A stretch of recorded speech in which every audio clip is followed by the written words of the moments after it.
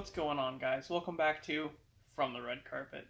On today's episode, we have huge BioShock news for the series coming to Netflix, some stuff regarding Phase 5 of the MCU, and huge news when it comes to Sony and the Spider-Verse. So, stick around, and we'll dive right in. Well, it looks like we have the lineup for Phase 5 in the MCU. Yes, I've talked about this many times before, but this is just an updated list. Phase 5 will kick off with Quantumania on February 17th, 2023, following Ant-Man and the Wasp as they battle King the Conqueror and, of course, MODOK. The film will also bring back Scott's daughter Cassie as Stature, who will go on to be in the Young Avengers. Sometime after this, we'll get What If Season 2, which is now said to be only 4 episodes. But the episodes will consist of characters and situations taken from Phase 4. Then, Armor Wars, which brings back Don Cheadle as War Machine. Not only will the series give a deeper backstory into James Rhodes, but also brings back characters like Vision and possibly Justin Hammer. The series will be about Tony Stark's technology falling into the wrong hands.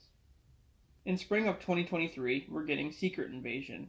This one brings back Samuel L. Jackson as Nick Fury, as he and the newly formed S.W.O.R.D. take on a Skrull invasion with the help of Talos and the head of S.W.O.R.D., Abigail Brand, who's supposedly being played by Emilia Clarke. On May 5th, 2023, we're getting Guardians of the Galaxy Volume 3, which will introduce the long-awaited Adam Warlock to the MCU, played by Will Poulter. In addition to that, we're getting a bigger backstory of both Drax and Rocket. Drax's daughter Moondragon will be in the film, played by Daniela Melancourt, and Rocket's creator, the High Evolutionary, will be the film's main villain, played by Chukwudi Iwuji. In the summer, we're getting Echo, a series that takes place after the events of Hawkeye. Alaqua Cox returns as Maya Lopez, aka Echo, to finish hunting down and taking revenge on the Kingpin, played by Vincent D'Onofrio. Also in the summer, we're getting Loki Season 2, with the whole cast basically returning. Loki and the TVA are back.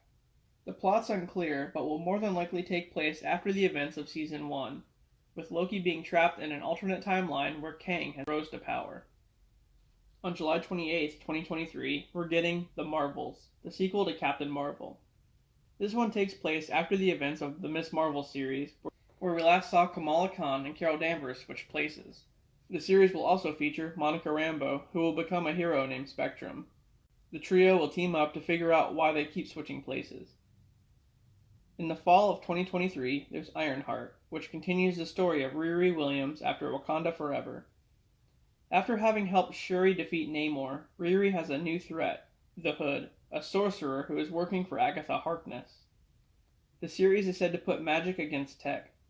In addition to that, we will see the debut of Mephisto, played by Sacha Baron Cohen, and Obadiah Stane's son, Ezekiel, who may be played by Alden Ehrenreich. The next one is iffy. So, Agatha Coven of Chaos is slotted for winter of 2023. However, it also says 2024, so I guess it's not completely locked in. Anyway, this one will dive deeper into Agatha's past with her coven. Also, Joe Locke will play an older version of Wiccan in the series. It's been said that we will see Agatha mentor the Scarlet Witch, but I'm not exactly sure how that will work out. And Franklin Richards is supposed to make an appearance, but I wouldn't hold my breath on that last part.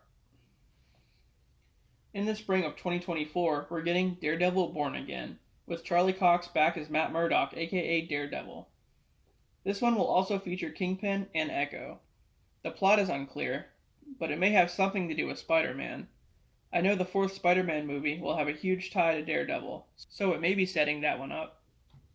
On May 3rd, 2024, we get Captain America New World Order. This one features Anthony Mackie back as Sam Wilson, who is our new Captain America. He'll be tracking down Sharon Carter, who is revealed as the Power Broker in the Falcon and the Winter Soldier series. In addition to that, this movie will have a huge Hulk influence, with Tim Blake Nelson returning as the Leader, a character we haven't seen or heard from since the 2008 Hulk movie. Both Bruce Banner and Jennifer Walters are set to be in the film as well. And not only that, but Harrison Ford, who has just been cast as Secretary Ross, will be in the film and will now be the President, who at some point becomes the Red Hulk. This, of course, leads into the Thunderbolts movie on July 26, 2024, where Valentina Allegra de Fontaine has assembled a Dark Avengers team called the Thunderbolts to go on a top-secret mission. The team will consist of U.S. Agent, Yelena Belova, Red Guardian, Bucky, Ghost, and the Taskmaster. Red Hulk will also make an appearance.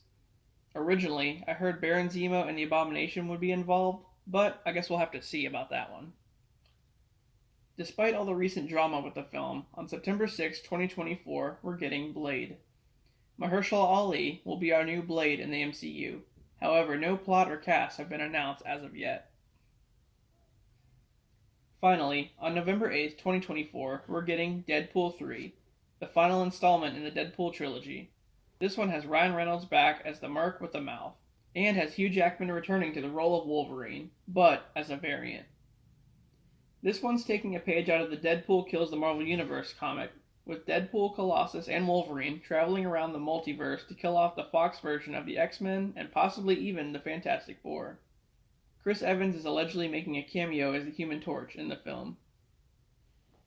And there you have it. That's our Phase 5. It's pretty crazy already, and I can't wait for next year.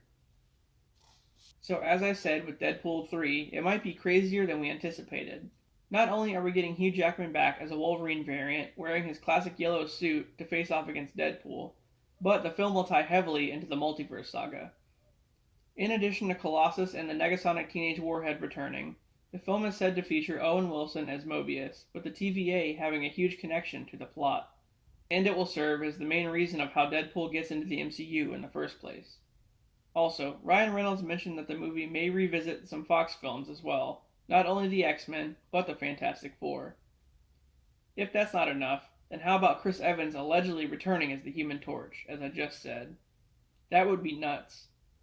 But it's also speculated that part of the film's plot will take elements from Deadpool Kills the Marvel Universe, with him, Wolverine, and Colossus going back to some of the old Fantastic Four and X-Men films and killing off some of the characters. The inclusion of these characters could also mean that maybe Kevin Feige and Marvel worked out a deal with them to pop up in Secret Wars. I mean, it worked for Tobey and Andrew after all. Speaking of Spider-Man, Tom Holland is returning a bit sooner than we expected with the Avengers or even Spider-Man 4. It's been confirmed that Tom will appear as his version of Spider-Man in Across the Spider-Verse, the sequel to the Miles Morales film Into the Spider-Verse. Not only that, but the Spider-Man from the PlayStation game will also be in the film. That's pretty cool. And this is all said to be leading to a huge Spider-Verse crossover that will be way bigger than No Way Home was. Sony and Marvel are planning a live-action Spider-Verse movie, which is starting off with Madam Web.